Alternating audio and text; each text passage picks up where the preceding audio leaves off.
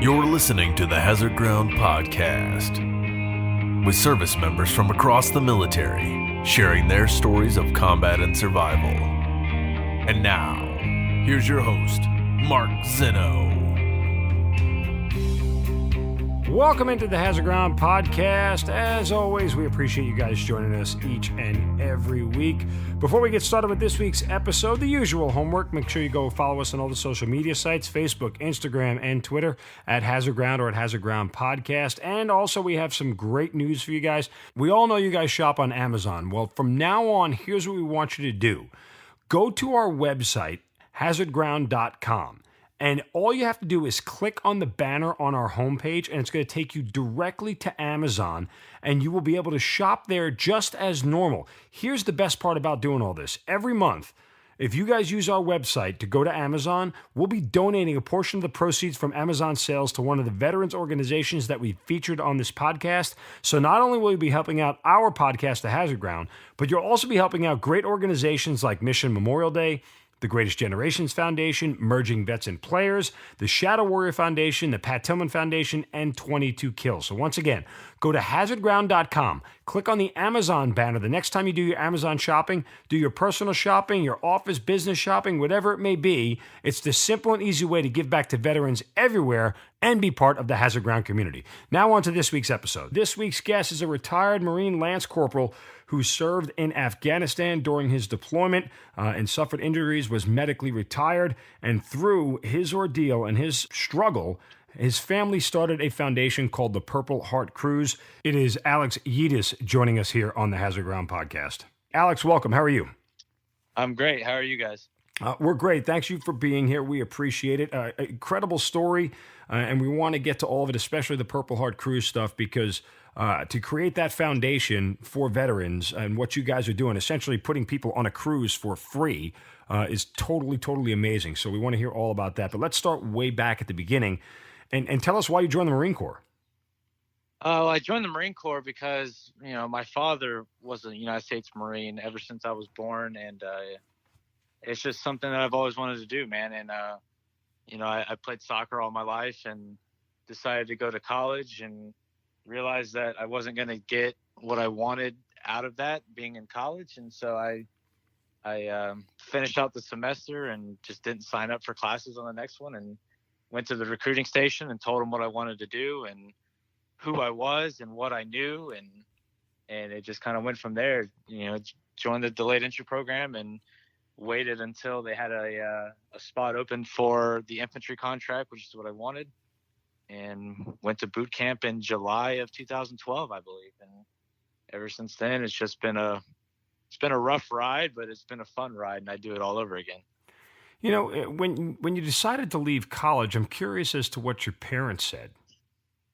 My parents have always been supportive of things I want to do. Obviously, the right thing. They didn't want me doing any crazy drugs or anything stupid like that, of course. But if I had something that I wanted to do, my family was usually pretty supportive of it. My father, of course, was always supportive of me joining the Marine Corps, never really pushed me to do it, but was never opposed to the fact. And my mother was the same way. She just kind of wanted me to think about, what was going to happen after, what was going to be the outcome, but always supportive of my decision, and as a mother, she, didn't want me to get hurt. She didn't want me to get killed, things of that nature that a mother would normally worry about. But other than, my mom just wanted me to finish college, they were completely supportive of me dropping out, so to speak. I guess I did, but dropping out and joining the Marine Corps because they knew that I wanted to do it all my life. Other than your father being it, what was the kind of attraction at the time? I guess because, look, not only are you post 9/11, like you're post Osama bin Laden being killed. At this point in time, Iraq was gone. Everything had been theoretically shut down and the war was winding down. I mean, was there this overwhelming desire as well to serve your country, or what was that all about? It was mainly, just the fact that my dad was in the Marines. And then, I'll be honest, a lot of people don't know this, but when I was at college, I was at the University of West Georgia in Carrollton, Georgia, and I was studying psychology. And one night I was doing a paper and on my laptop, and I took a break from writing this paper, and I got on Facebook and I saw boot camp graduation photos of guys that I knew in high school that had decided that they wanted to join the Marine Corps right after high school. They had no plans of it, in their entire life before, except after they graduated. And that's what kind of really not pissed me off, but just kind of irritated me that, these guys decided that they were going to join the Marine Corps on a whim. And here I was wanting to do it my whole life. And I was stuck at college writing a paper for history of Western art class that I gave zero fucks about. You know what I mean? So it was just one of those things. Like I saw it and I was like, man, that should be me. I'm tired of waiting. I don't know what I'm doing here. I'm not playing soccer, which is what I originally, I played soccer for 16 years of my life. I wasn't playing soccer in college, and I was like, man, screw this. I want to be a Marine. I really love shooting. I wanted to be a scout sniper. It's the main reason why I signed an infantry contract.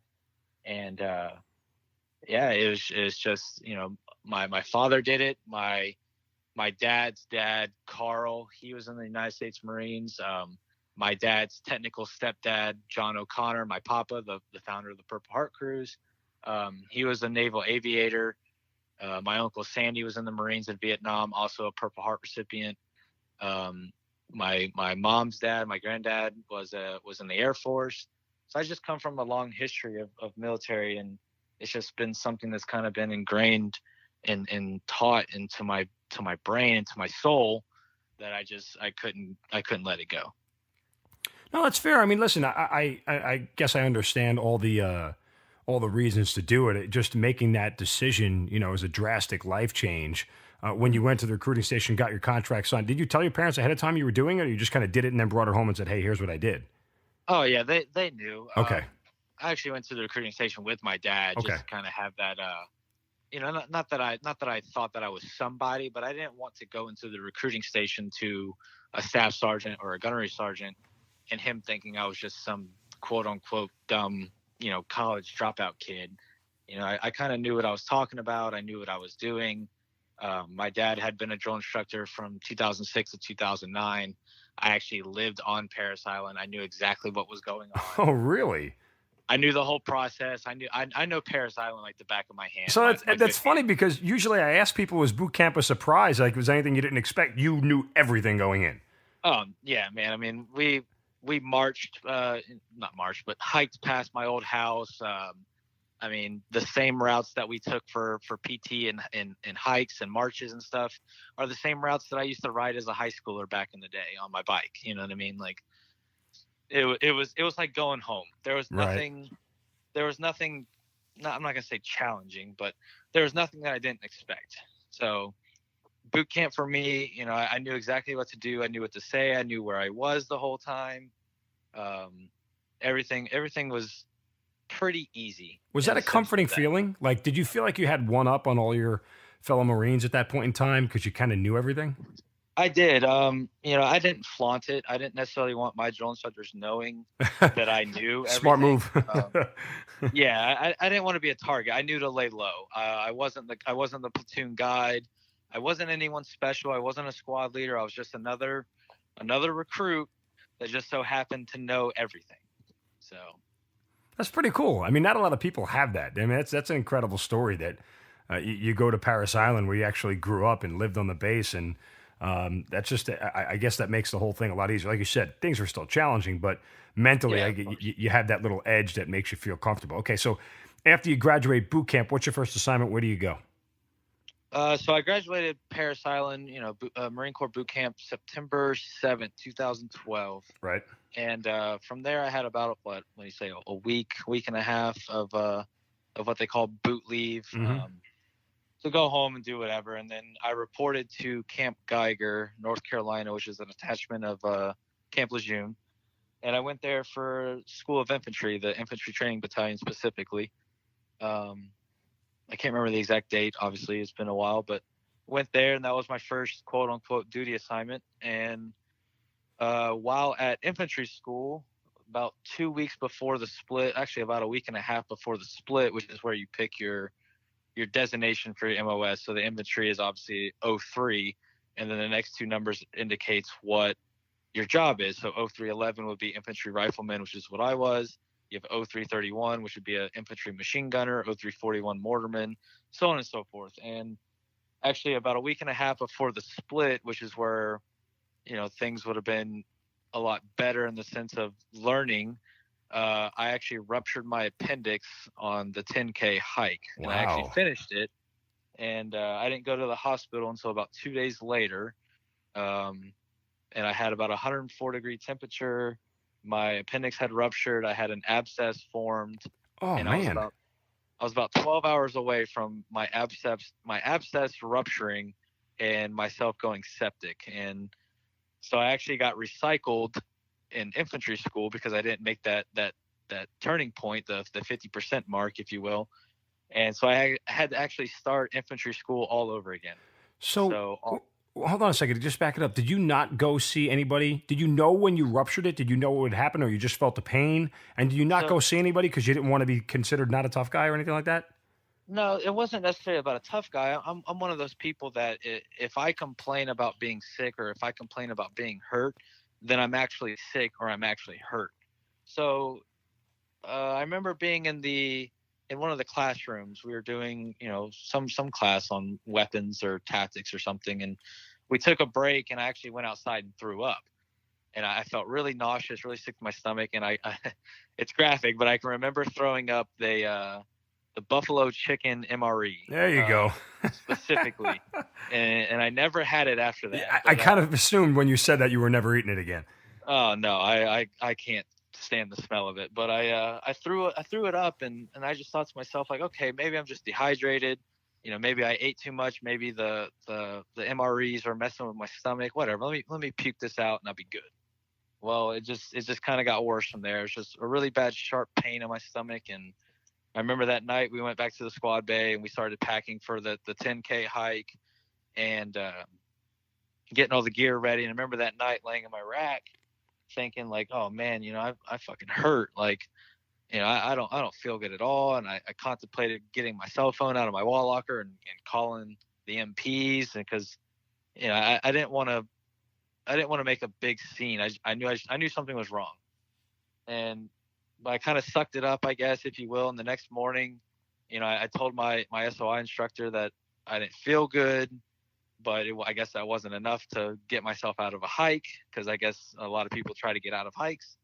And so I just did it. And I was actually in 1st platoon. That was the platoon I was in.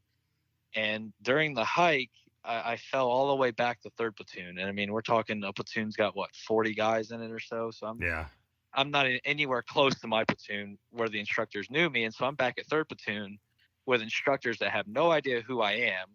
And, they're yelling at me. They're telling me to quit being a pussy. They're telling me to, they're pretty much making me sprint with all my gear and weapon and everything back up to the front where my platoon was, telling me to get out of their platoon. And the whole time, I think my appendix ruptured on the hike. I'm pretty sure. And I don't necessarily remember feeling it. It was just I couldn't stand up straight, so I was leaned over, and I had about 70 pounds worth of gear on my back. Oh man! I'm at that time I was only 140 pounds at the most, and so I'm just in dying pain, but I couldn't figure out what it was, and I'm naturally a good hiker. I actually love to hike, and I just didn't know what was wrong with me. And later that night when we got done, through the day and everything, I was just like, all right, something's wrong, but I couldn't necessarily complain. And the next day we were going to the field for about a week. We're going to the range. And, that night we're packing for everything. And I told the, whichever Marine was on guard duty that night, I was like, look, man, I'm something's wrong with me. I'm not feeling good. And so I waited until the morning time. So I guess a day, 2 days had passed by then.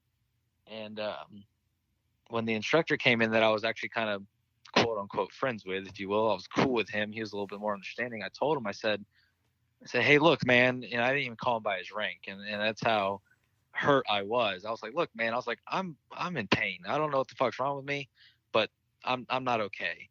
And so they had me go sit in the company first sergeant's office, and I remember them taking me to the battalion aid station, and the MO there, the medical officer, he did a rebound test on my stomach, which is where you lay on your back and he pushes 2 fingers down on your abdomen.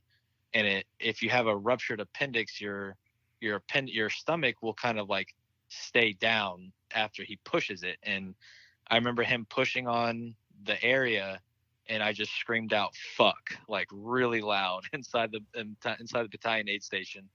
And he was like, "Yep, that's it." He was like, "Grab your driver," and he's like, "You're going to Camp Lejeune Naval Hospital." He was like, "Your appendix is ruptured."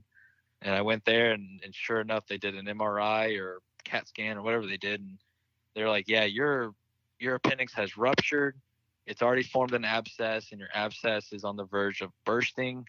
And when your abscess bursts, it'll cause you to go septic, and you'll die." So they had to do an emergency surgery then, and had my appendix removed, and spent a couple weeks in Lima Company, which is like the recovery platoon where guys get injured they go to, or Marines that are getting kicked out for whatever reason they go to. And then I just kind of got recycled back into another platoon, and I had to literally start everything over. All the ranges I did again, all the classes I did, all the hikes I did again, all the physical fitness tests I did, everything. So I pretty much did infantry school twice. Wow. Did your instructors ever come up to you and apologize and say anything and say, "Hey man, sorry we missed it. We should have been a little bit more careful," anything like that, or no? Yeah. My dad, and if he listens to this, he can vouch for it. I'm pretty sure he chewed out everyone from the battalion commander down. So like a colonel or lieutenant colonel, he chewed everyone's ass. Like he was just pissed. He was like, "Look, like, how the fuck do you guys let a Marine rupture an appendix, form an abscess? You guys didn't fucking listen to any of his complaints. Like, if he's complaining, there's probably something wrong. You need to listen to him." And I actually had pretty much everyone that was in a power position in the chain of command come into my hospital room and spend some time with me and talk to me and tell me I'm a badass and all that good stuff and build me up. But at the same time, it's like, you motherfuckers should have listened before I died in your squad bay. You know what I mean? Yeah. Did that sour you at all? I mean, not really. I see exactly where they're coming from, because, the same, this is a funny story. A guy on the same hike that I was on, that my appendix ruptured, he fell out and he was quote unquote dehydrated from drinking a Monster energy drink the day before. So the instructors, they see kids fall out and not want to do these hikes because of the simplest, smallest things. Like, while I was in Afghanistan, I was dehydrated like a motherfucker, but you never saw me fall out of a combat patrol or a firefight for being dehydrated. And the guy that actually fell out of that hike ended up going to the same unit I did, and I bust his balls about it all the time. And I did that same 10K hike with a burst appendix, and you couldn't do it because you drank a fucking Monster the day before. That's really like, what is that? What is that? How does that make you feel? But the instructors, they see kids complain and whine and bitch and moan all the time that they probably didn't take me serious. I was maybe that one case that they should have listened. But at the end of the day, I'm alive. I don't have to ever worry about my appendix anymore. And it's just one of those things. I gained a lot of knowledge from going through twice. They actually changed the curriculum between that like 6 to 8 week period of my recovery time. They actually changed everything. I got new gear. I got new training techniques, new everything. So it was kind of beneficial to me in the sense of I got to learn old school infantry tactics and new school infantry tactics. So I don't really complain. I'm kind of thankful for it. Well, I mean, again, and listeners of the podcast know that I'm a lieutenant colonel in the Army, and you know that as well. And the only reason I ask is because I there is a certain leadership component, and many of the people who listen to this podcast have experienced both good and bad leadership throughout their military careers, for those who have had it, as opposed to the civilians who haven't been in the military. But that said, it's our responsibility as leaders to question the things that we do and how we do them. And I look at the situation. I'm sitting here going, well, it wasn't like, first of all, it wasn't like it was basic training. Second of all, you had a couple of weeks there for them to get an idea of who you are and what you were about. that Exactly. I feel like the instructors should have been a little bit more alert to say, look, if Alex is complaining, it's probably legit. There's probably something going on here that's a little bit more than just the average guy saying, oh, I don't want to go on a hike. Because those guys are routine complainers. They do it religiously, right? I mean, exactly. I think you can tell who the physical studs are and the guys who aren't struggling and things of that nature. And those guys never usually complain about anything. And so when they do, it makes you go, okay, well, there might be something legitimate going on. Maybe we should investigate a little bit further. And I think leaders are compelled to do that kind of stuff. Yeah, and I mean, like I said, my infantry instructors, these are guys that I looked up to. You know what I mean? These are all combat hardened veterans, veterans of combat, and they knew their jobs really well, and they taught really well, and they were badasses, and I looked up to them. You know what I mean? And I just wish that. And I'm not holding any grudges. It was 6 years ago. You know what I mean? But I just wish they would have listened a little bit more. And because I wasn't a piece of shit. You know what I mean? I listened every day. I did what I was told. I volunteered. I was an awesome shot on the range. The classroom portion of it I enjoyed. I stayed awake during the classes, the physical fitness part, all that good stuff. I wasn't a crappy Marine. But like I said, it's water under the bridge now. It's all good. I didn't die. I'm stronger from it. I know what I can and cannot take. And it definitely pushed me to my limit. I will say that. I think I'd rather get blown up again than have a burst appendix. That is not something. I don't wish that on my worst enemy, honestly. It is a pain unlike any other. It sucks. It just flat out sucks. All right, so you get recycled and you finish infantry school. That's done. Yep. You still want to be a scout sniper. Do you get a chance at that? Not really. No, I didn't get it. Why? I didn't necessarily. Because the unit that I got assigned to, which was 1st Battalion, 9th Marines, when I got to the unit January 25th of 2013, we were in a current workup for our deployment, which was going to be happening in September of 13. So,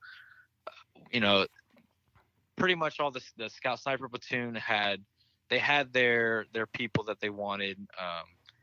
So it was just kind of like a bad time, so to speak. It's bad timing. But the guys that I went through boot camp with, obviously they didn't rupture their appendix, so they were already in the battalion. And one of my buddies, Plouffe, I can't remember his first name, but a good buddy of mine, Plouffe, he had actually joined 1-9 Scout Sniper Platoon. And so when I got to the unit, he was like, oh shit, man, haven't seen you in a while. I was like, yeah, man. I was like, I'd really love to join Scout Sniper Platoon. I'd like to do the NDOC. I'd like to do, I'd like to hang out with them. I'd like for them to see who I am and that I can shoot and that I'm willing to learn. And it was just one of those things that we just didn't necessarily have the time. We were in the middle of a workup for our deployment, and it just didn't work out that way. In Afghanistan, I got to deal a lot with the snipers that were attached to us, and that was really cool. But as for joining and or being in the NDOC program, no, I never got a legitimate chance at that, and it's something that I really wish I would have got the chance to do. Do you regret it? I mean, do you regret not getting that opportunity?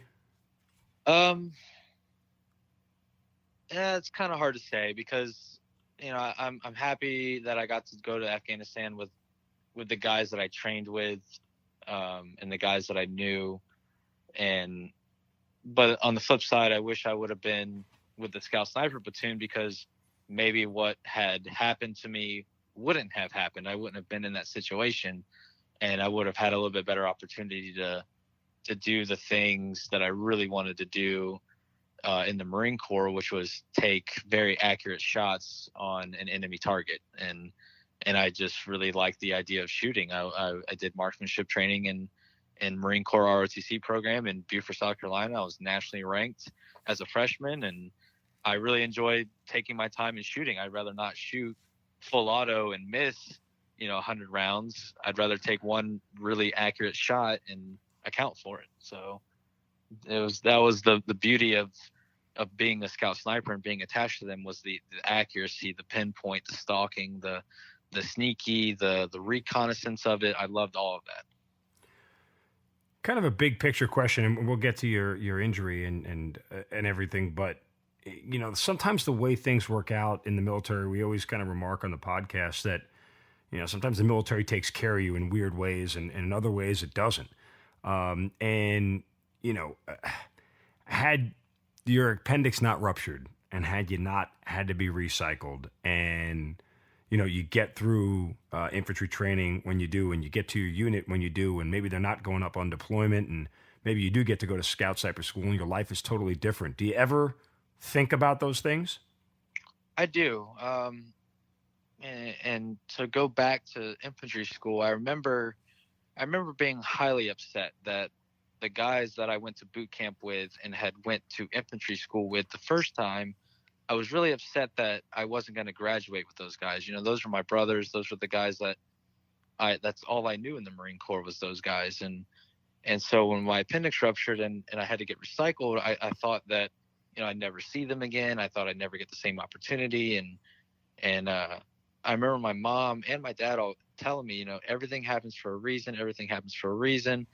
And I hear that all the time, including up to this very second. And I still don't know what that reason is. And because everything happens for a reason. So if I would have graduated on time without rupturing my appendix and getting recycled, where would I have gone? You know what I mean? Would I have gone to another infantry unit that never deployed and I'd be sitting here with 10 fingers? Or, I don't know. And it's just one of those things that I think about it every now and then, especially if, someone like you ask and I sit here and think about it. But I try not to, because what happened. My appendix ruptured. I got recycled. I went on to another infantry class, and then I went to my unit, and what happened. And that's just the way it is. I try not to dwell on the past and think about what could have been and what should have been. Sure. You know what I mean? So, yeah.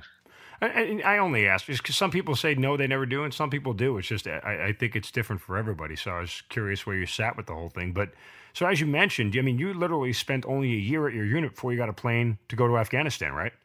That's correct. So like I said, so the way the Marine Corps infantry works is you graduate infantry school, you have your little graduation or whatever you call it. And my graduation was actually January 25th of 2013. And the day that you graduate real early in the morning, about 0809. And you already pretty much have your quote unquote orders to your next unit. And you have someone from that unit come pick you guys up and take you to your unit for check-in. And the day that I checked into 19, January 25th, 2013, exactly 365 days later, exactly 1 year later, I got blown up in Afghanistan. So I was in my unit for one exact year before I was, forcefully removed and sent off to, get recovery after being hurt. So were you excited about your deployment? I was looking forward to it. We did a lot of grueling training leading up to it. I graduated, like I said, I got to the unit January 25th, and my birthday is February 19th, and I spent my birthday in Bridgeport, California at the Mountain Warfare Training Center for the cold weather package. So we were in negative 25 degree weather and about 100 feet of snow. It felt like, it's just wow, stupid. And honestly, I'd rather get blown up again than do Bridgeport. That was probably the most miserable time of my life. I'm not a cold person. I'm not a snow person. It sucked. It's just what it is, man. It sucked. And, after we did that, while we were doing that, we did Hawthorne, Nevada. It's about an hour and a half, 2 hours away from Bridgeport, and it's in the middle of the desert on a mountain range. And it's actually at an army base, and the range there is meant for vehicles. Well, of course, Marine infantry being who we are, we did it on foot, and it's straight up a mountain. And there's a very infamous event happened there that really sucks, but kind of widely known at the time. That was where 7 Marines were killed at that range with a mortar accident, 60 millimeter mortar. They double loaded it at night and ended up killing seven Marines. Wow. In one night, injuring a few others. And so it was just, it just seemed like the training never stopped. We were like, okay, we'll go from Bridgeport, California, negative 25 degrees, and 14,000 feet above sea level, and then we'll go to Nevada where it's freaking 110 degrees out, and now we're walking up a mountain doing a live fire range. And so the training just sucked. It was good training, obviously, but it just sucked. And then we did infantry training exercise, ITX, out in 29 Palms in August, June, July, August, and it was just hot as fuck out there. Is just the best way to describe it. And we actually were reviewed and looked at by some of the top commanders and top generals in the Marine Corps, and we pretty much won that bid to be the last combat deployment for the Marine Corps. And we, as a unit, as a company, as a platoon, as a team, we worked our asses off and made sure that we did everything correct and that we were the best ones to go. And that was a proud moment, and it was awesome. But I mean, pretty much just Bridgeport, Hawthorne, Nevada, which was pretty much the same thing, and then ITX, and then it was deployment time. So right.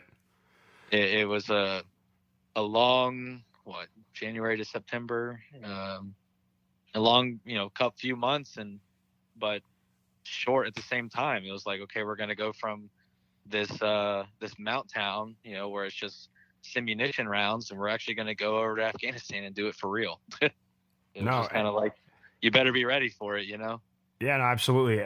So when you hit the ground in Afghanistan, you end up in the Helmand province. Tell me what you're thinking, what you're feeling, and how ready you guys were. What was kind of your mission there as well? So, we got there, I can't remember the exact days. Obviously it was September of 13, right. Towards the end of September. We landed at Camp Bastion, which is the British side of Camp Leatherneck, and kind of spent a few days there. And I was Charlie Company with 1-9. So Charlie Company, we were the best company, quote unquote. And if there's any Alpha or Bravo guys listening to this later on in the week or whenever, it's just kind of pure facts, is Charlie Company was the best. And so we got tasked to go out and live at a patrol base, made out of HESCO barriers out in the middle of Afghanistan in between some villages.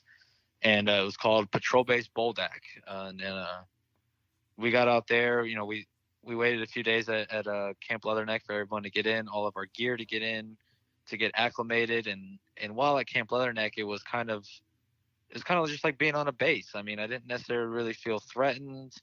I didn't feel like anything bad was going to happen. I mean, we're on a huge, massive base. There were, State Department contractors out there. There was CIA and DIA and all kinds of people out there. And so it was, you knew you're in a different country. You knew you were in somewhere hostile, but you didn't necessarily feel threatened or anything like that. And it wasn't until it was like, all right, everyone put their gear on, go condition 3, put a mag in the weapon. We're about to go out and go live at your patrol base. And, once you went outside the wire, it was condition 1. We were riding the back of 7 tons. And that's when it kind of got real. And I remember taking a photo of myself and my buddy Jose Melgar.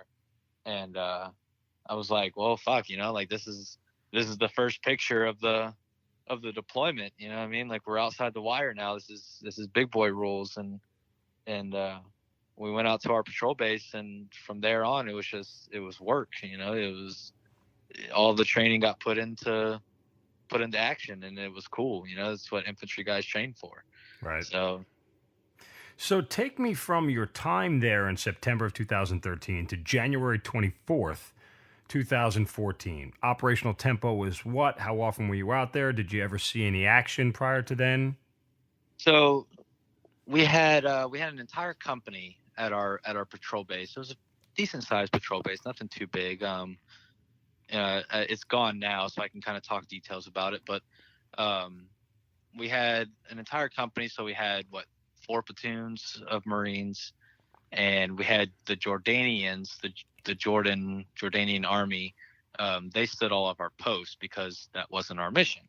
So we had 4 platoons, and so we had different cycles, and each cycle was for a week. So you had your platoon, you had your patrol cycle, you had your QRF cycle, you had your duty cycle, and you had your rest, quote unquote rest cycle. So each one of those was for a week. So the operational tempo was up. I mean, we were we were the farthest south American forces in Afghanistan at the time, and our main mission was to go out and kill the Taliban. We were the defense to the south side of Camp Bastion and Camp Leatherneck, and that was our mission. We were the last combat operation, deployment for the Marine Corps, and is what I was told. And so every day we were out. If you were the patrol cycle, it was every day, for a week straight. And then if you were a QRF, it was, QRF is QRF. We just wait until,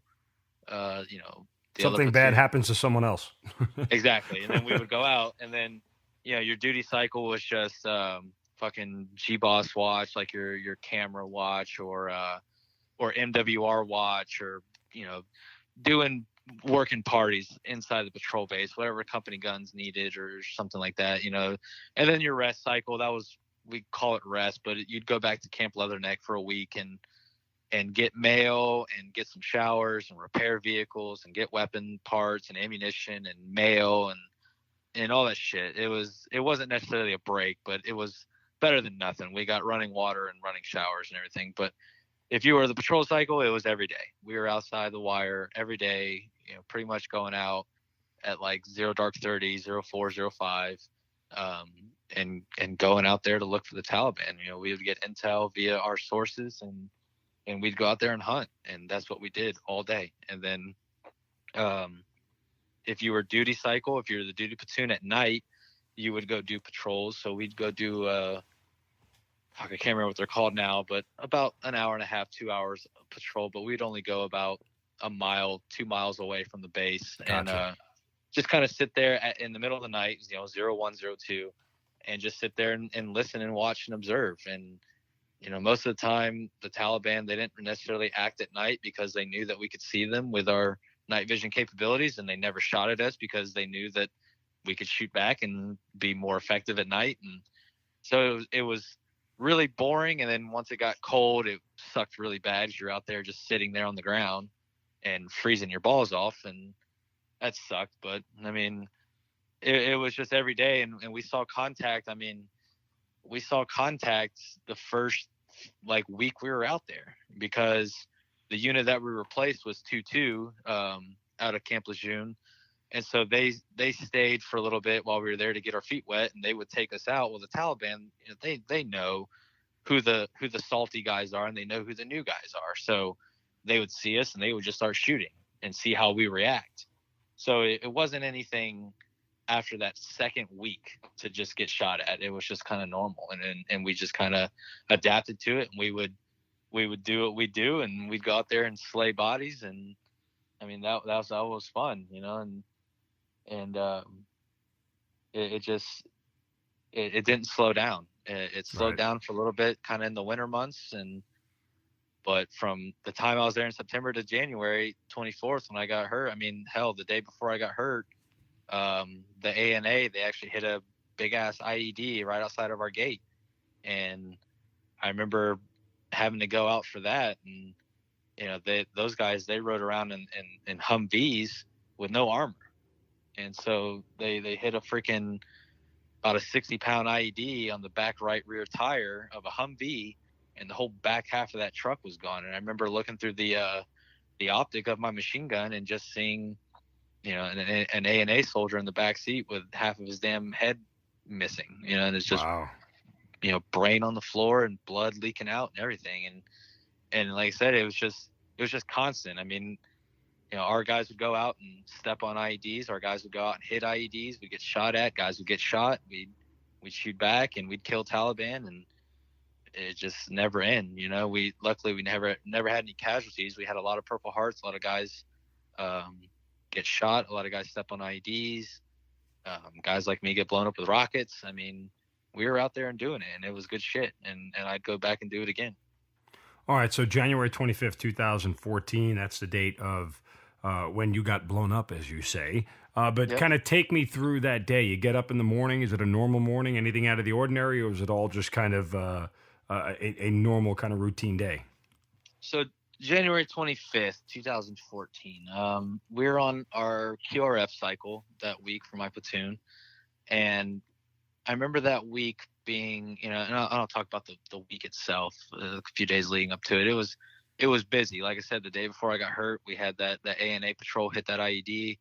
The day before that, we had a platoon getting some contact. We went out there and supported them with our vehicles. And the day I got hurt, January 25th, it was kind of an emotional day all around together, in the sense of, at the time I was engaged. I had a fiance back home, and one of her close friends and a friend of mine had committed suicide a few days before. Beautiful, beautiful girl named Devin, was in the Hooters calendar, super sweet, a model, everything. And she had some stuff going on in her life, felt the need to shoot herself in the head and killed herself. And wow. It sucks. And I've had to deal with enough suicides after my deployment and everything, and it just sucks. It is what it is. But I remember that day, January 25th. That day was the day that my ex-fiance was going to the funeral. So I remember, sitting there, kind of waking up like, oh damn, Casey's going to Devin's funeral today. That kind of sucks. It was kind of just like a shitty day all around. And the day was kind of quiet, nothing out of the ordinary. I don't necessarily remember what we were doing before. And I want to say 4th platoon, one of those platoons had went out on a foot patrol down to a village called Shawal. And it was directly south of our patrol base. And it was a village where it was about 50-50 IEDs and 50-50 gunfights. Like, you go down there, you could step on an ID or you get shot. And it was just one of those places or you could go in there and nothing happened. But it was a pretty big village, a lot of tight spaces, a lot of tight roads. It wasn't a place that I really liked to go because of that reason. It just felt like a bad part of town. It's just what it felt like. And it's just that bad gut feeling. And so the platoon went out there on a foot patrol, took some contact from the village to our direct east called Habibabad. And Habibabad was pretty much the Wild Wild West. There was no IEDs over there. It was just straight gunfights. And we had, in between our patrol base and Habibabad was a place we called Central Wadi Road, just big dry riverbed. A lot of cars drove through there. It's just like a main transportation avenue. And in between, to get into Habibabad, there was like a little berm, like a little hill, if you will. And then once you crossed over that hill, it was game on. You had about a 5-minute window of getting shot at. So they took some fire from some fighters from Habibabad. They cut across the wadi and went into the village of Shawal and popped some shots off at our guys. And so they called for QRF, hey, we took some contact, this, that, and the third. So we all mounted up. So I remember getting into the trucks and, for the majority of the deployment, I was a driver, in the sense of I was one of the few Marines in the company that didn't have a DUI on my record and a shitty driving record. So I got kind of trained to drive. I got trained to drive the MRAPs and the MAT-Bs. So when my platoon would take all 6 Vics out, I was usually the driver. I usually drove for my platoon commander, which was really cool. But that's a great anecdotal story, by the way. Yeah, exactly. We had stupid shit happen before our deployment. So, and we didn't have motor T attached to us, so you got infantry guys playing motor T. But that day we were only taking 4 vehicles out, and so I was going to be a gunner. And the vehicle I was in was Vic 4, and like I said, I normally drove Vic 6 and was attached to Vic 6. And Vic 4 was actually one of my buddy's trucks, Zachary Solomon's, and he was actually at Camp Leatherneck for a ground penetrating radar class. He was taking a GPR class to learn how to use that. And he wasn't there, obviously, so I took the spot. And I remember my buddy Gabriel Carmona, who was our dog handler, he had just had a baby the day before we deployed. And he was our dog handler, had a baby before he deployed. And he was like, hey, he was like, let me take the gun. He's like, I want to go. And I was like, no, man. I was like, you're the fucking dog handler. Like, you don't need to go. I was like, I don't want anything to happen to you. You know what I mean? Like, it was just weird. I never thought about it any other time but then. And another buddy of mine, Sean Neary, he wanted to get into my Vic for whatever reason. I can't remember why. And I told him no, that I'd like to be in Vic 4, whatever. And I remember sitting in the back of the truck for a little bit because, like I said, we got the call to mount up, but we never got the call to leave. And I remember just sitting in the back of the truck. I had my plate carrier on. I had the 240 mounted in the turret. I had everything ready to go. I was just sitting in the back of the truck, and I remember taking a nap and waking up. And when I woke up from my nap, I just had a bad feeling. I didn't feel good. Not health wise. I just had a bad feeling. Just the day didn't feel right. And finally, after, I don't know, an hour and a half or so, we got the call like, all right, hey, mount up. You guys are leaving to go out there to support their extract. Now, let me ask you real quick. Sorry to interrupt, Alex. When you say you had a bad feeling, was it a bad feeling about you or just a bad feeling in general that was something was going to happen to the guys who were out there? What was the bad feeling?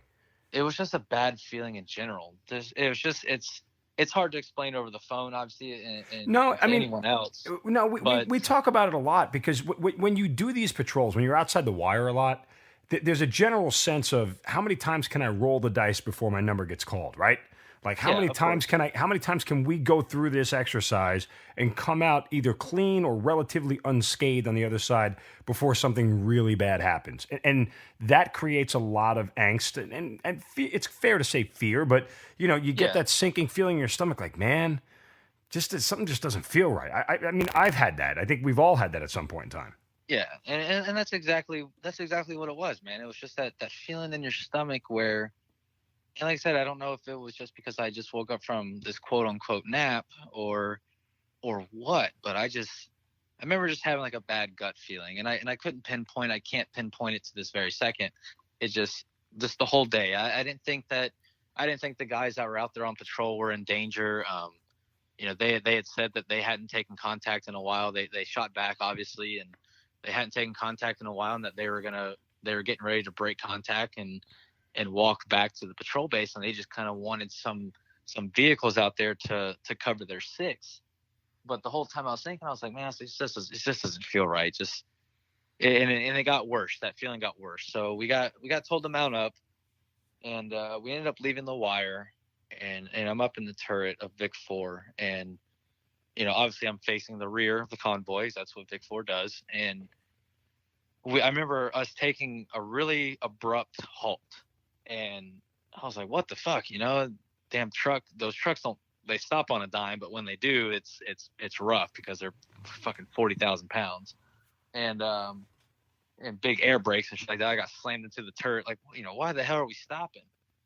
Well, come to find out, Vic 1 had saw an IED, and it was one of those IEDs where they when you dig a hole in the ground and you put something in it and you cover it with dirt, the ground's never going to be flat again. It kind of sinks in.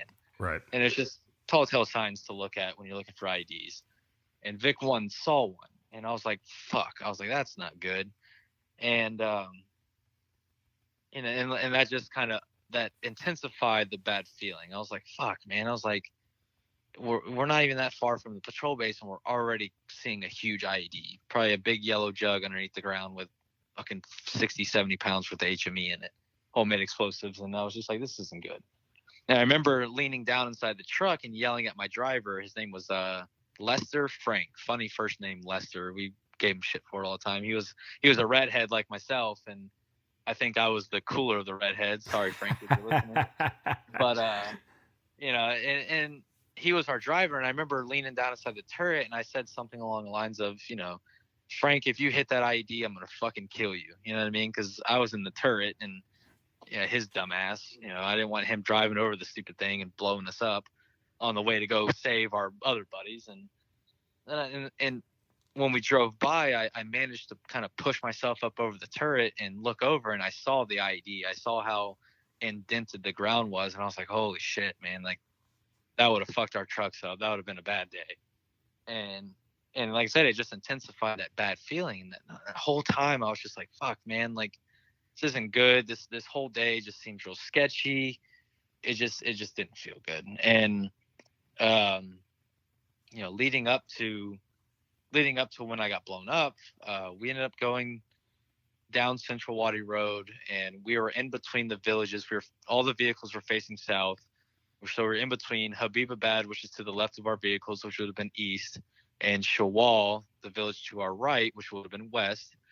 And the platoon we were supporting was in Shawal, so they were to the right of our trucks. Well, the area that we stopped in was just the shittiest area that we could have stopped in. And I remember that just really solidified my bad attitude and bad feeling about the whole day. And my platoon sergeant, kind of backtracked a little bit, my platoon sergeant, Staff Sergeant Lane, Michael Lane, he was our vehicle commander for that Vic, so he's in the passenger seat. And he had actually just got back from Camp Leatherneck after getting shot in the shoulder about a week prior. He took a 7.62 by 54R round through the fender of our MRAP. It hit his pinky and then ricocheted off the rifle and hit his shoulder. And he went to Camp Leatherneck and spent a week there brushing off a freaking gunshot wound to the shoulder. Come back and he's on his first mission back out with us. And I remember telling Staff Sergeant Lane, I was like, dude, we are not in a fucking good spot. Like, this is not good, because Vic 4 being the last vehicle I was supposed to face to the rear, to watch the rear of the convoy. Well, to the rear of the convoy was about 20 yards, and then there was a big hill in a corner that I couldn't see around. So if a V-bid or somebody with a rocket or whatever were to run around that corner or drive around that corner, I would have zero chance to engage without figuring out who it was, because we had ROEs over there, of course. Right. So I couldn't just shoot.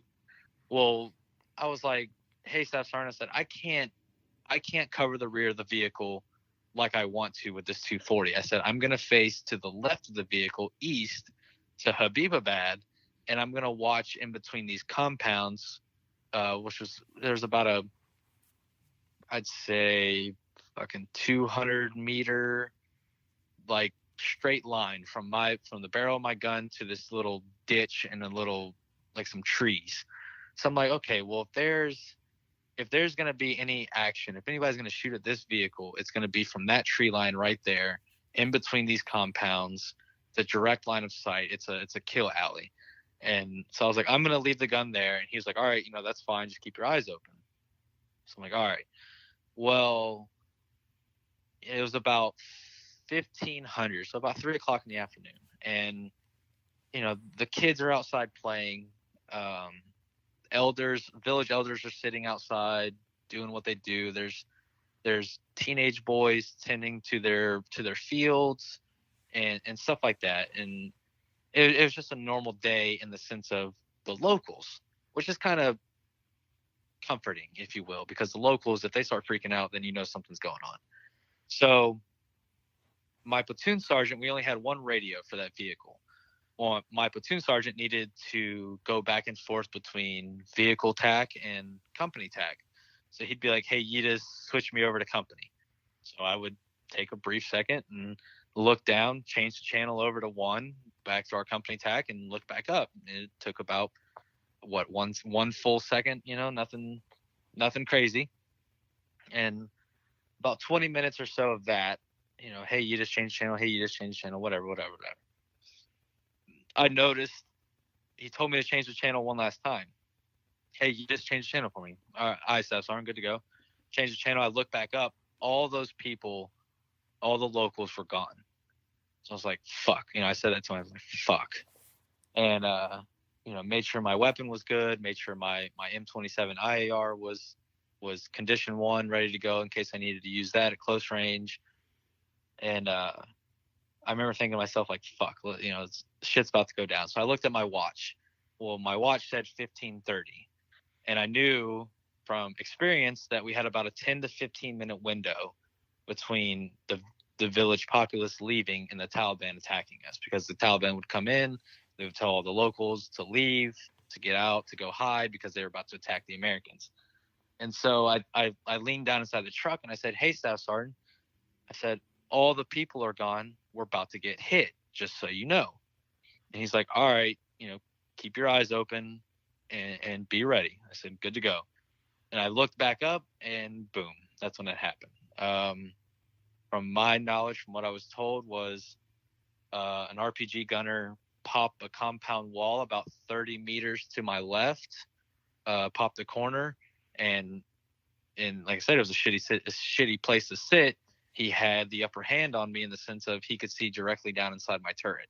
He had the higher ground, which I hated. And Vehicle 1 had a higher ground in front of them. And, you know, I did everything right in the sense of, hey, we're about to get hit. Everyone's gone. And I looked back up to be vigilant, to start scanning and all that. And I didn't even get a chance. I guess he popped the compound wall, shot the rocket. It hit the feed tray on my 240, the ammo can. And from then on, it was game on. Everything changed. Did you see it at all? I get that question a lot, and I actually love that question. And I say no. I didn't see it. I didn't hear it. I didn't feel it. And the reason why I say that is because if you look up how fast an RPG-7 flies, I think it covers like 3,200 or 24 or 2,500 feet per second or something stupid like that. There is no reacting at that close. You know what I mean? It's pretty much a point and shoot weapon at that time. It's an unguided rocket. They're super inaccurate at distance. I've had plenty of them shot at me before, and they're inaccurate. They're a free flying rocket with stabilizing fins, but at that distance, man, you don't hear it, you don't see it. I just felt pain, and that's all I knew. And if I had my buddy Sean on here, he was in Vic 3. He'll tell you, and he told me recently at a buddy of ours' funeral, he told me that he heard the rocket go off, and when he looked back at my vehicle, all he saw was my lifeless body slamming into the turret and falling inside the truck. And he had no idea whether I was alive or dead. He just, and it kind of pains me to hear that, you know, so long after.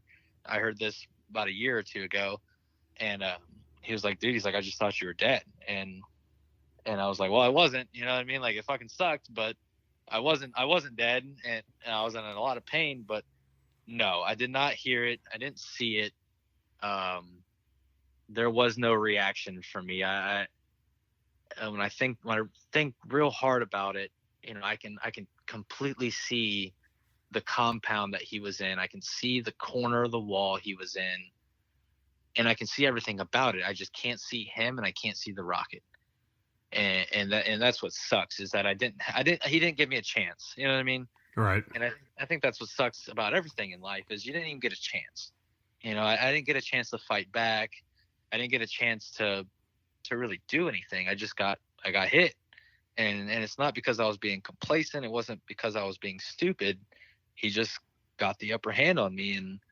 And fast forward a little bit, when my platoon came back from Afghanistan, my platoon commander told me that they actually knew the name of the guy. I actually knew the name of the guy who blew me up at one point. I can't remember his name now, but supposedly he was an RPG specialist brought in from Pakistan to attack our patrol base about a week later, a week after I got hurt, and he saw the opportunity to get a Marine, and he took me out. And as a warrior, as a fighter, I got to say kudos to him. He saw the opportunity and he took it, and he got me, but he didn't get me. You know what I mean? I'm still fucking here, and I still laugh and say fuck you to him every day, but you know, he's dead in the dirt. You know what I mean? Like, he had his chance to kill me, and he had every opportunity to do it, and he failed.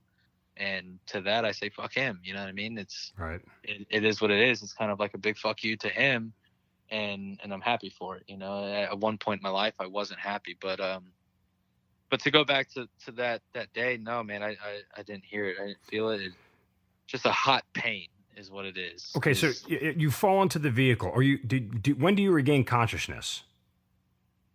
That is unknown. Okay. I'm still not sure, because so inside my vehicle, I had my driver, Frank, who I mentioned before. The vehicle commander in the passenger seat was Staff Sergeant Lane, and then in the back seat, pretty much underneath my legs, underneath my feet, was our corpsman, Doc Slaughter, and Doc Jacob Slaughter. And he is pretty much the one that saved my life. But let's see. I'm trying to Well, think. what were your injuries at that time? I mean, you said it hit the feed tray of the 240 Bravo, so it didn't hit you So directly, but obviously it's extremely close proximity. yeah, anybody that's ever been behind a 240 Bravo knows that the feed tray is within arm's length. I mean, it's within 6 inches. You know what I mean? I had traumatic amputation of the right hand. My right hand thumb, my index finger, my middle finger, my wrist, and the inside of my right arm up to my elbow was just mush, was gone. So like it was just mangled mess, like they couldn't do anything with it, obviously.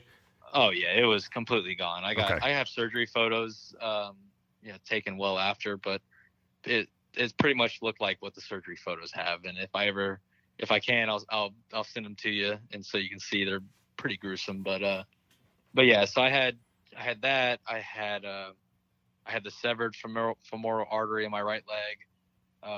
Now, really, was that just from shrapnel, or because your legs are inside the truck at this point in time? Yep, but when you have, you got to think the turret is armored, yes. And the rocket, the RPG-7 is an anti-armor rocket.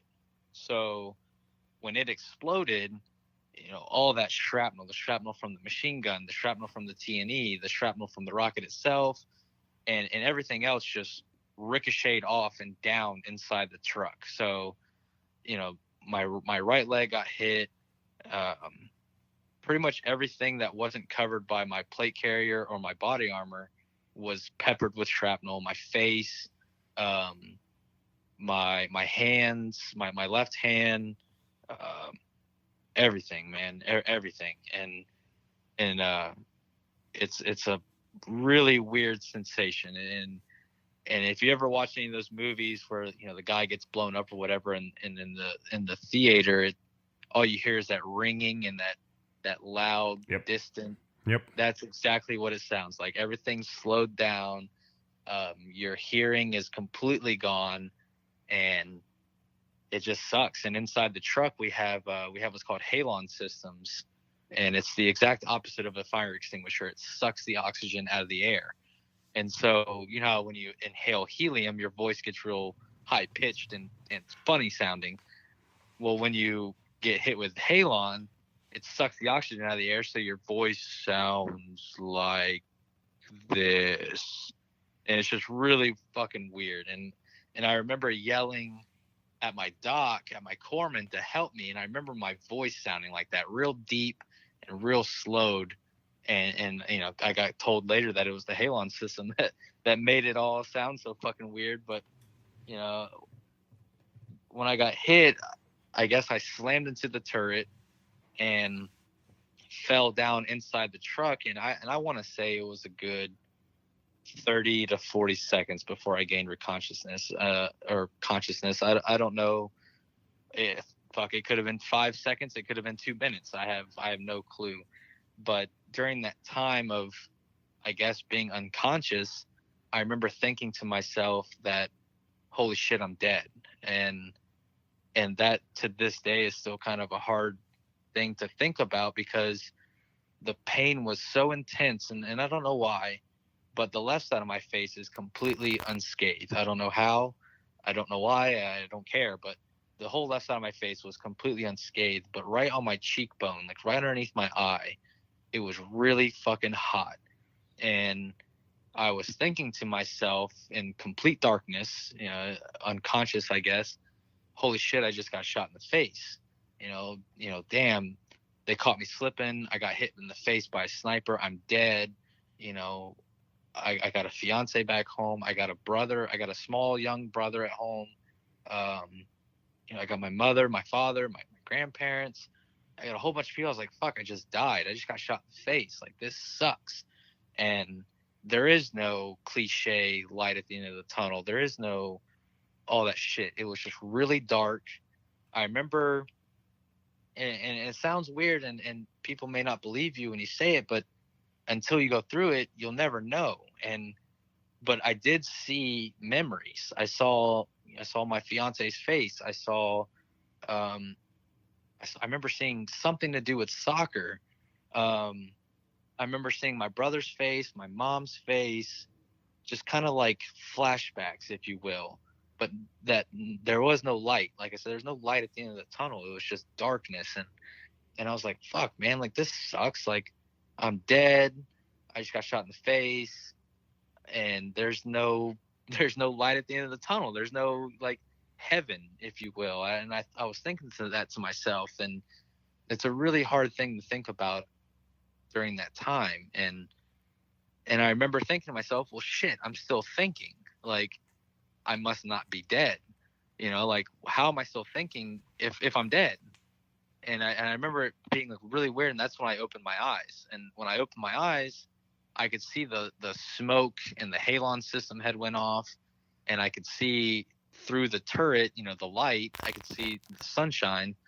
And that's when I finally came to and realized, like, oh fuck, I'm still alive. And I touched my face with my left hand, and I was like, all right, well, my face doesn't have a big ass hole in it, so my face is still there. So something else must have happened.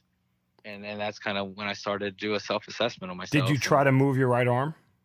I did. So as I'm laying there, I had my feet were facing the front of the vehicle.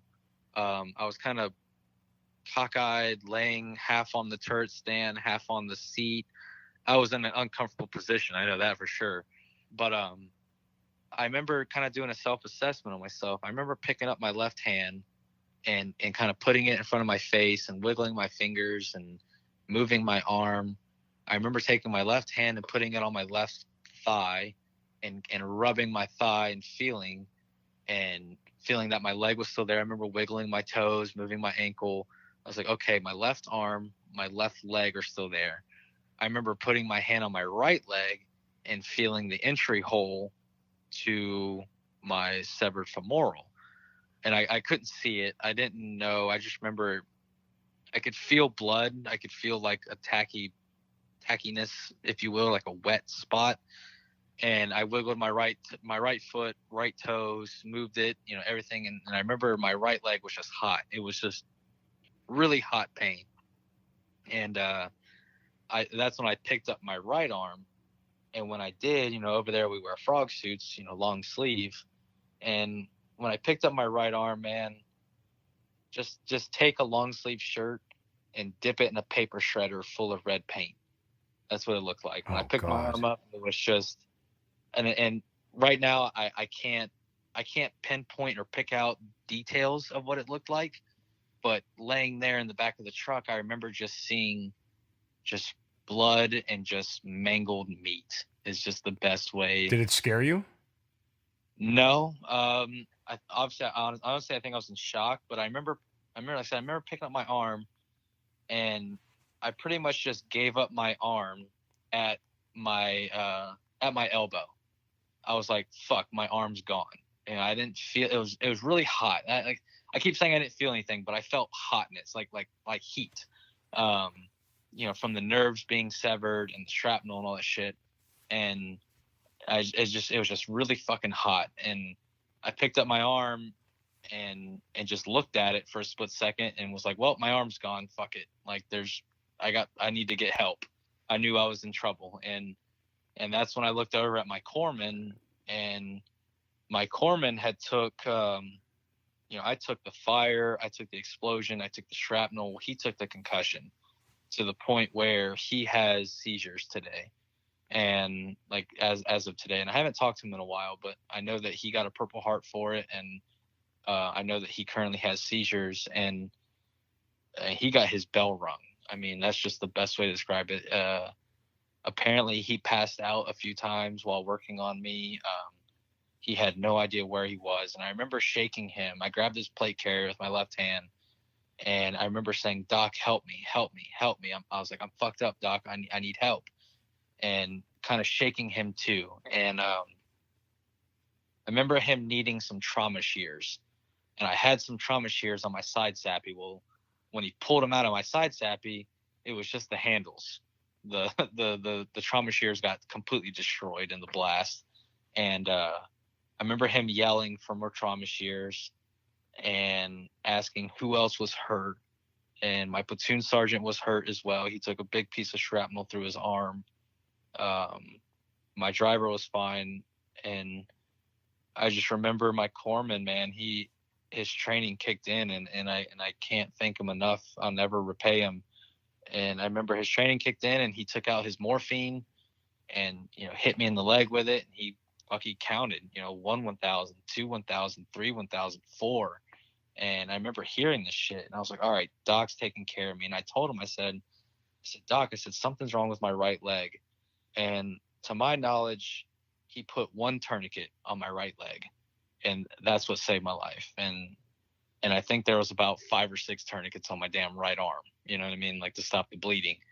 And from there, it was just, I was trying to stay awake. I had shrapnel and dirt all in my eyes. My eyelashes had been singed off from the heat. My eyebrows had been singed off. My tips of my hair were burned. I remember Doc just doing what he could. I remember this, and it takes me telling me the story to remember this shit, to kind of jog my memory. Right. My platoon sergeant was in the front seat, and I remember him hearing his voice. I didn't see him, obviously. I remember hearing his voice, and he goes, "How is he, Doc? How's Juedes?" And I remember my corpsman yelling back to him, "He's fucked up, Staff Sergeant. Like, he's fucked up." And I remember my Staff Sergeant going, "Don't tell him that. Tell him that he's gonna be fine." And so I remember Doc leaning over, and he was like tapping me on the chest on my plate carrier, and he was like, "Juedes," he was like, "You're fine. You're gonna be okay." And I was like, "I fucking know, Doc." I was like, "Just fucking help me. Like, just help me." That's all I wanted. I wasn't freaking out. I wasn't panicking. Not to my knowledge. I mean, those guys may have something else to say about it, but in my mind, I wasn't freaking out. I was like, "Doc, just help me. Like, something's wrong. I don't know what. I'm bleeding. I'm hurt. It's hot. Just help me. Whatever you need to do, do." And from there, from the X, during this time, if I can kind of tell the story a little bit more. Sure. During this time, the RPG gunner, he shot the rocket into my truck. Boom, blew me up. Well, he had already reloaded and was aimed in on Vic 3 to hit them as well. My buddy Sean Neary, I'm not going to say that he froze, but he was kind of stuck for a second, if you will. Sean, I think he was 18 at the time. He was young. Good ass dude, one of my best friends. I remember him telling me that he just kind of he didn't know what to do. And my team leader, I don't know if he was my team leader at the time, but one of my team leaders, Rick Perry, he was your quote unquote senior Lance Corporal. He had deployed before and been there, done that. And I remember him telling me that he grabbed Neary out of the turret, yanked him down out of the turret, got up in the turret himself, and then saw the RPG gunner and ended up shooting him. He hit him in the shoulder and the chest, is what I was told. I don't know if he shot him with the 240 or if he shot him with his M4, but I know he got 2 effective rounds on target, and that's essentially what killed the guy later that night. But during this time, I'm trying to get treated. I'm in the back of the truck bleeding and all that shit. And my platoon sergeant, I remember him pulling up next to Vic 3 because our comms got destroyed. The shrapnel rained down inside the truck and destroyed our radios. So we had no way to talk to anybody. And I remember him pulling up next to Vic 3 and yelling through the door, "I don't give a fuck about their fields. I don't give a fuck about IEDs. I don't give a fuck about nothing. Drive straight back to our patrol base. We have a mass CAS." I remember him just yelling this. And I remember being in the back of the truck, and I could, I'm laying on my back, and I could see the buttstock of the 240 just bouncing. And apparently, what I was told later, the RPG took the 240 and put it into a U shape and just completely destroyed the buttstock. And my M27 was toast. It was in pieces and up into the truck. And so I just remember seeing, of course we're driving full speed through, Afghanistan, through fields and all kinds of shit. We don't give a fuck. We got mass cas, and I remember getting back to the patrol base and getting inside of our ECP, and I remember the back doors opening, and that's when they pulled me out and they started to do, we had EOD Marines there working. We had the Scout Sniper Platoon's corpsman, Doc Shang, Derek Shang. He was working on me and a few other people. And from there, I mean, whatever questions you got, it's just. You can recall all this with remarkable accuracy and a lot of little things that, I know you're talking about them, but are you surprised how much you can recall? I am. And that's one of those things that, I'm diagnosed with a traumatic brain injury, a TBI.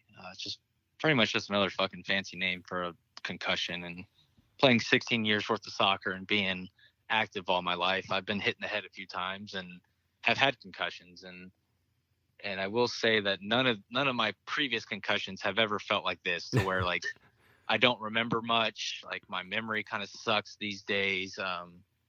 It's kind of tough and difficult, but I am surprised by how much I remember. And a lot of it has to do with piecing together the story from my platoon sergeant and my corpsman and my driver, Frank, and being like, hey, I remember saying this. Did I say that? Yeah, you said that. Okay, cool. But I can't sit here and tell you how or why I remember. But the TBI research team at Walter Reed in DC, they're like astounded that I remember so much. And I think what it is I told the story so much when I first got hurt and was in the hospital. It kept it fresh. Yeah. And it's refreshing to me to tell the story because it helps me remember. And I'm sure there's points and major points of this story that I'm kind of forgetting. And it kind of sucks because I'll think about it later and I'll be like, damn, I wish I would have said that and told that part of the story. But I just can't think of it right now, and I'm trying to remember. But I haven't told it. I haven't told the full detailed story in a while because obviously, as you can imagine, it takes a little bit of time to tell. Right. Let me ask you, Alex, what memory is the toughest to deal with? In the sense of the actual accident? Yeah, like what memory, what thing bounces back in your head that brings fear back to you, that brings you back to that spot, that makes you kind of just, jump or whatever it is? Like, what stays with you the most? Man, not that it's a hard question for me to answer. It's just a hard question for me to kind of figure out what. I want to say it's the fact that I didn't get a chance. I knew you were going to say that. Ironically, I'm sitting here thinking in my head, the thing that would bother you the most is that you didn't get a chance to fire back. Like you didn't get a single shot at the dude. No. And I think that's what, and like I said, I don't want to say that I was complacent because I've seen Marines get complacent and I've seen what happens. There's a difference between being complacent and just getting caught flat-footed is what we would call it in soccer, where you just get caught standing. You're prepared, but you couldn't react. And I think that's what sucks the most is that I knew that something bad was going to happen. And I knew that we normally had about a 10 to 15 minute window because, like I said, they would get all the village people out, the village populace out, and then they would stage an attack, and then they would attack. And we would normally be ready for it, and we would give them hell. But it just happened so fast and so quick that I didn't get a chance to respond. And I think that's what really bothers me the most is I wish he would have missed. If that rocket would have went, too high or far left or right and would have given me the opportunity to blast him, I would have done it. I would have done it in a heartbeat, and I wouldn't have stopped until he was in a pool of blood. You know what I mean? Like that's what kind of bothers me the most. Sure. Yeah. It's just the simple fact that I couldn't do anything. I don't like not being in control. You know what I mean? And I felt like I wasn't in control in that situation. And that's what sucks, What was the hardest part of your rehab? Man, the hardest part of the rehab, dude, that's I can't pick just one. I can tell you a few. Go ahead. A few ones that not a lot of people know. Some close people to me know, my family know, but I can think of two at the moment. But I remember being in my hospital room at Walter Reed, and it took me a while to learn how to walk again. It took me a while to learn how to even sit up inside my bed. And in order to sit up, because, you know, my right arm was in an X-Fix, I had rods and pins coming out of it, and I only had my left hand, which was hooked up to the freaking IVs, so they couldn't hook an IV into my right arm. So I had limited mobility and movement of what I was doing. Well, when it come time for me to sit up on some, you know, up in the bed, and as opposed to kind of laying back half-ass, and to sit up inside the bed, I had to have a lot of help. I had to have someone hold my right arm carefully, you know, gently. I usually had my dad do it, and then I would have a nurse or whoever grab my left hand and kind of pull me up. And when that would happen, the movement was too fast, so a lot of blood would rush out of my head or to my head or whatever, and I'd feel like I was gonna black out and pass out, and I hated that feeling. And one day we were trying to sit up in my bed, and they were trying to do it, and they're trying to help me, and I just felt sick. I felt nauseous. I felt dizzy. Felt like I was gonna pass out, and I just couldn't do it, and it just got a little overwhelming for me. And I told all the nurses to leave. I was like, everyone needs to get the fuck out of my room. Like, I had my dad in there with me, and I had my mom in there with me. My dad was sitting right next to me, and he was like, "What's wrong?" And I said, "I'm sick of this shit." You know, something along those lines. I was like, "I'm just fucking sick of it." And he's like, "Sick of what?" And I said, I'm sick of suffering. And at one point in my life, I was really upset at the fact that the guy that blew me up, he took 2 rounds, one in the shoulder and one in the chest. And I'm sure, as we all know, one single chest shot can kill a man, but he took 2 rounds to the chest, and he died later that night. And laying in that hospital bed, I was so upset that he was dead and I was alive, suffering. I hated it. I wanted him to be alive and suffer just as much as I did. And I remember my dad leaning in, kind of like giving me a hug, and, you know, and I broke down. I started to cry. Not emotional tears, just angry tears. I'm sure a lot of people that listen to this, I'm sure they know exactly what I'm talking about. You get that angry, emotional tear, that crying, where it's not crying because you're a baby or a little bitch. You're just crying because you're so fucking mad. And that's what it was, man. And I remember telling my dad, I was like, I wish he was still alive. I want him to suffer like I am. I'm sick of this shit. I can't even sit up in my bed without someone helping me. I can't fucking do anything. And I was mad that he took the easy route. He took the easy route and chose to die, whereas I was hit with an anti-armor fucking rocket within 6 inches of me inside of an armored turret, and I was alive, and I was battling it and fighting it. And that was really hard for me to fucking grasp, man. And that was a different Alex. The Alex that you met in person and the Alex that you're hearing now are 2 different people. I was on a lot of medications then. Things were really fresh and new. I just wanted to be back in Afghanistan with my buddies. I felt like I let them down, and it just sucked. And I wasn't happy. I wasn't happy at all. And I was just really emotional. And that was one of the hardest parts about the recovery. And it was just over something silly, like trying to sit up in the bed. But to me, it was just a big deal. And the second thing that really bothered me, and I don't cry much, you know what I mean? Like, if I'm crying, it's either I'm in a lot of pain or something is really bothering me. And we did this thing called mirror therapy. And it's essentially where you take a big 2-sided mirror, 1-sided mirror. I can't remember exactly what it was. I only did it for a split second. And the way you do it is you take your injured appendix, whether that be appendix. Whatever. Appendage. Yeah. Appendage. There you go. That's the word. I'm an infantry Marine. Whatever. Yeah. Whatever the fuck it's called. You take that and you put it on one side of the mirror. And so for me, it was my right arm, and I would take my left hand and put it in the mirror, and it was supposed to trick your brain into thinking.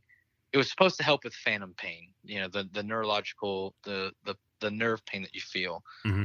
And it was supposed to trick your brain into thinking that your hand is still there. And when I did that, my left hand, and I'm sure with everybody, even you, your left hand is a mirror image of your right hand, vice versa, to a point, unless you have some crazy scars or whatever. Right. But your hands look the same. And so when I did this mirror therapy, quote unquote, I saw what appeared to be my right hand, and I didn't like that because it was false. It was a false feeling. I don't like false feelings. I like feeling real things. And when I saw that, I broke down. I started to cry. I said, this isn't real. I don't like it. My hand's gone. Doing this mirror therapy, I can't do mirror therapy every second of the day for the rest of my life. I got to accept the fact at one point that my hand's not there anymore. And it didn't help the phantom pain. It didn't help the nerve pain. It actually made it worse. It like triggered it. And I was like, I don't want to fucking do this anymore. And the therapist was kind of taken back by it. I don't think she'd ever had anybody react to it the way I did. And I was like, I don't ever want to fucking do this again, ever. Like, take it away from me. I don't want it. I don't want it ever again. And that was a hard thing to deal with during the therapy as well. Is just the way that they try to help, and everything's in good nature. Obviously, it's kind-hearted people, nurses that work there, and they're trying to do the best they can for me, but it was just not okay with me. It just wasn't. No. And listen, Alex, brother to brother here, man. I certainly appreciate the honesty and everything that you've shared, and to get from that place where you are to now is courageous, and it's brave, and I'm proud of you. And it wasn't an easy journey for you by any stretch of the imagination, but everyone listening, I think, echoes the same sentiment that I have, that, we want to throw our arms around you and hug you, man, because what you had to go through is hell, and we're glad you're still here, man. We really are. I mean, your family is, everybody around you is, and to get that deep and honest and raw with us means the world to me. But, for the listeners of this podcast, they certainly, they're feeling the same things I am, brother. So, thank you for fighting the good fight and still being with us, man. I appreciate that, man. And it's not easy. I will say that it's not easy. And a lot of people say that I make it look easy, but man, if you could spend a day in my shoes, you'd understand, you know what I mean? Yeah. But at the end of the day, man, I'm just another guy, you know what I mean? And I get a lot of flack for saying that, but I bleed just like you do. I breathe the same air that you do. I eat the same food. I drink the same water. I'm not a Superman. I'm not superhuman. Everybody's been through some shit, and it's just how you take it. It's a mental attitude. And I've learned that a lot from a lot of the guys at Walter Reed, that, and this is something I say to this day. I have a paper cut compared to some of my buddies. You know what I mean? Yeah. Some of these guys and females and women that I know, I have a paper cut, and I don't necessarily feel like I need to complain and or say, things bother me, because there's guys out there that have it quadruple times worse than I do. You know what I mean? Like, it's just one of those things. I try to stay humble. I try to stay motivated and positive, and I try to help out other amputees, whether it be from combat injuries or it be from cancer or it be from an accident or whatever. I try to help people and get their mindset right. And it's just what I do. It just helps me, and just trying to be a better person. All right, before we let you go, I do want to talk about Purple Heart Cruise, because your family started this organization and started this just amazing deal that you have for injured veterans. And look, you can go to the website, purpleheartcruise.org, and get all the information for yourself. But kind of tell us how the whole thing got started within your family, where the idea came from, and what it actually does. So my papa, my dad's dad, retired commander in the Navy, he spent a few days, weeks, I don't remember exactly how long, but he spent some time with me at Walter Reed. He saw what the caregivers and the spouses and the Purple Heart recipients, the amputees, went through on a day-to-day basis. And he felt like he needed to do something. And the way he did that was with one of his good friends, Bob Bush. He's a travel agent, I want to say he is specifically, but he had the idea to send combat wounded veterans and their spouses and or caregiver on a free week-long cruise. And obviously I was the inspiration for it, and I had never been on one, and he'd always been trying to get me to go on one for a long time, and I just never got the chance, or never really wanted to, I guess. I'm not sure. But he started this nonprofit organization a few years ago, and it's been doing great. And I try to plug it where I can. I try to push it out to guys that deserve it, and females that deserve it. And it's a great thing, man. It's fun. It's beneficial. It's not your typical like sit down and talk about your feelings type thing. No, man, it's just get on a cruise ship with like-minded guys and talk shit to each other and bust each other's balls and have some drinks and go play in the ocean and see different countries and eat good food and just relax and kick it. You know what I mean? Like, it's cool. And, you know, we constantly accept donations. Like I said, purpleheartcruise.org, ways to donate. You can get in contact with my papa, John O'Connor. You can get in contact with Bob. Hell, if you have my contact information, hit me up and we can go from there. But you know, if you're a Purple Heart recipient, you were eligible. I mean, there's some things that you need to fill out and make sure that, and I can say this because I've been through it, but make sure you're not crazy and you're not going to harm yourself or anyone else on the cruise ship. You know, make sure your medication and your medical stuff is taken care of and all that good stuff. But come on out and enjoy it. If you know someone, or if you yourself listening are a Purple Heart recipient, please go visit, sign up, send it out to whoever you know. It's a great thing, man. And it's all branches, you know, obviously Marines, Army, Navy, Air Force, we all get together and joke with each other and have a good time. And, you know, I've had grown ass men, you know, that have a wife and 3 kids and a house and were, you know, E8s and E9s in the Army and everything. I've had them break down to me on the cruise ship just because they knew I would listen. They knew exactly what I was going through. I knew what they were going through. You know what I mean? I could just give them that no bullshit. I'm not your therapist. I'm your brother. This is what you need to do. This is how things need to be. Quit doing stupid shit and fix yourself. You know what I mean? Like, yeah, it's beneficial in that way. And it's just a great thing. And I appreciate you taking the time to ask about it and let me plug it and let people know about it, because it really is a cool thing. And it's just not as big as some of the other organizations out there yet. Hopefully it gets big and bigger. But yeah. Well, and last year you guys took 5 people, right? No. Last year, I went on the cruise last year. It was in October of 17. And we took about 15 guys, I want to say. Wow.